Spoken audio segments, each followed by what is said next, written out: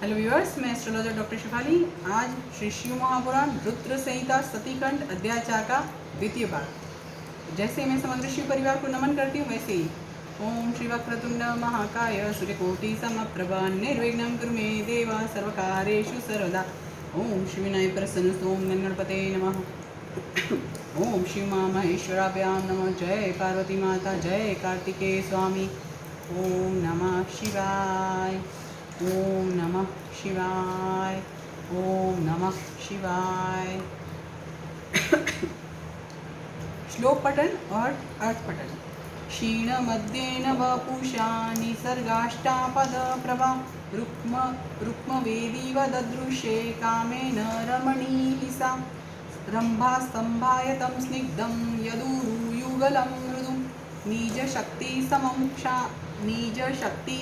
कामो वीक्षाञ्चक्रे मनोहरम् आरक्तपाष्णिपादाग्रं प्रान्तभागं पदद्वयम् अनुरागमिवानेन मित्रं तस्या मनोभव तस्या करयुगं रक्तं नखरैः किञ्चिकोपमैः वृत्ताभिरङ्गुलीभिश्च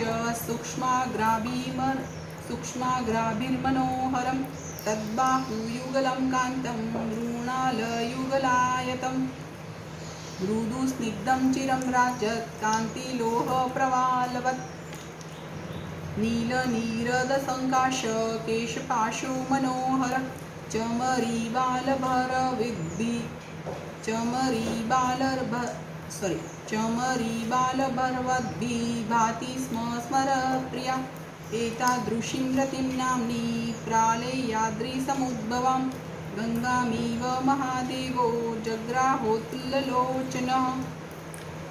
अर्थ पठन। उस कामदेव ने कृश कटी प्रदेश वाले शरीर से सुशोभित स्वभावतः सुवर्ण की आभा वाली उस रमणी को सुवर्ण वेदी के समान देखा।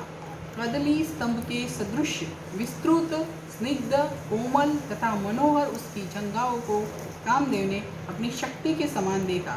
लाल लाल पादाग्र तथा प्रांत भाग वाले उसके दोनों पैर रंगे हुए से थे। इससे कामदेव अनुरक्त होकर उसका मित्र बन गया। पलाश पुष्प के समान लाल नखों से युक्त, सूक्ष्म अग्रभाग वाले तथा गोलाकार अंगुलियों से युक्त उसके दोनों हाथ अत्यंत मनोहर प्रतीत हो रहे थे। उसकी दोनों भुजाएं कांतिमय मृणाल के समान लंबी, कोमल, स्निग्ध और कांतियुक्त लाल मूंगे के समान शोभित हो रही थी। उसका मनोहर केशपाल काले काले बादलों के समान शोभा पा रहा था। इससे वह कामप्रिया चमड़ी के बालों को धारण करने वाले चंवर की भांति सुशोभित हो रही थी। सौंदर्य युक्त ऐसी रति को हर्षित नेत्रों वाले कामदेव ने उसी प्रकार ग्रहण किया जिस प्रकार हिमालय से उत्पन्न गंगा को महादेव जी ने ग्रहण किया था। आगे के श्लोक और अर्थ पठन।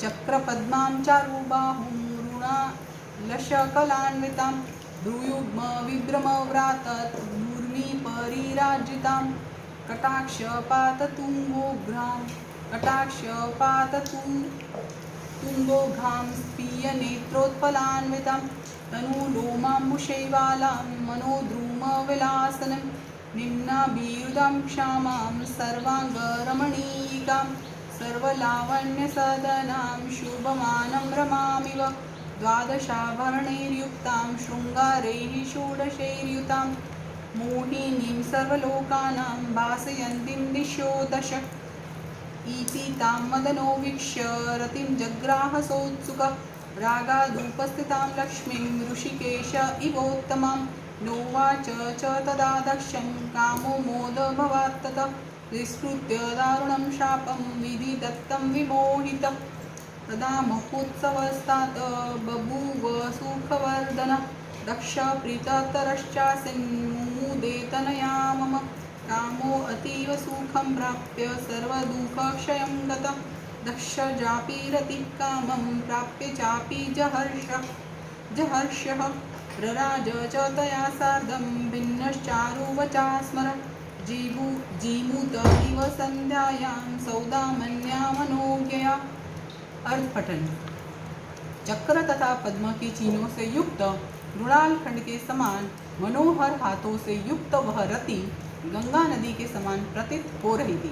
उस रति की दोनों बाहुओं की चेष्टाएं नदी की सूक्ष्म लहरों के समान प्रतीत हो रही थी। उसके कटाक्षपात ही नदी की वेगवती धारा थे और विशाल नेत्र कमल के समान प्रतीत हो रहे थे। उसकी सूक्ष्म रोमावली व शैवाल थी और वह अपने मन रूपी वृक्षों से विलास कर रही थी। उसकी गंभीर नाभि रुद्र के समान शोभा पा रही थी।